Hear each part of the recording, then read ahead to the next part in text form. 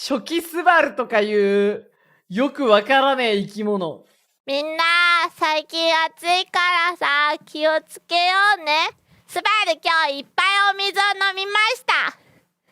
みんなも、水分補給頑張れ初期スバルって何だったんだ？初期スバルは、まあ、正気じゃない生き物だよね。なんかこれ何度だって言うけどね、やっぱね、スバルは猫股熟成だから、猫股熟成適性があったんがでかかったね。ネットリテラシーの根の字もない頃になぜかネットで配信を始めた化け物は、しかもノリで始めちゃったから、全くわからなくて、で、配信って何っていうところで、猫股塾に入塾し、猫股塾は、基本根性論クラスなのね。スバル、今でも覚えてるのがあって、ゲーム配信を3時間とかできなかったわけ。それで、ゲーム配信2時間、なんか1時間やったらもう集中力切れてきて、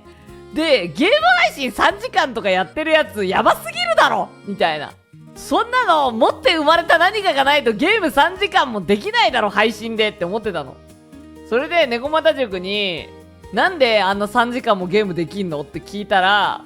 ゲーム体力っていうのがあって、ゲームをやり続けるとつくんだよね、ゲーム体力ってやつがって言われて、で、スバルそれを受けて当時、じゃあゲームめっちゃやり続ければいいんだって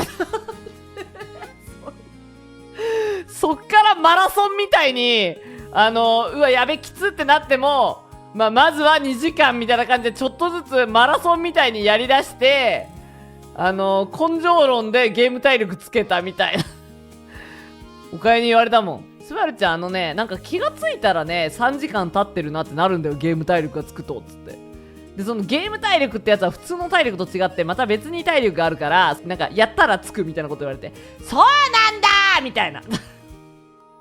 でも、そっからなんか半年ぐらいやって、本当に気がついたら3時間経ってるっていう現象が起こり始めて、その時も言ったもんね、ごまさんに。ね、すごい本当に気がついたら3時間とか経ってるようになってるみたいな。みたいな、なんかそういう、相性のいい根性塾に入ったんも良かったね。だから初期スバルは、さよならっつって。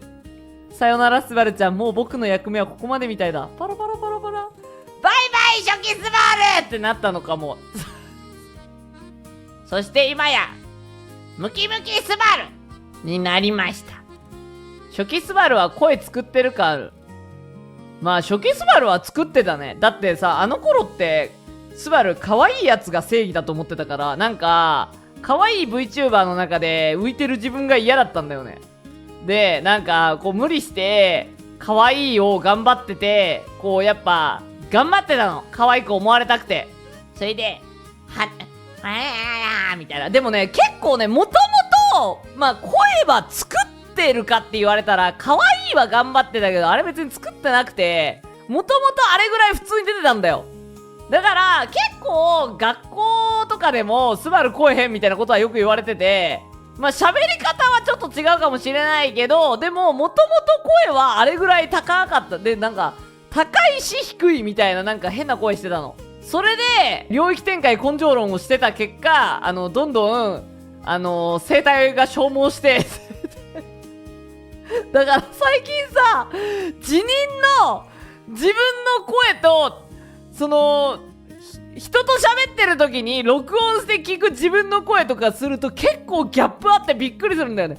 声低っみたいな。本当にびっくりする。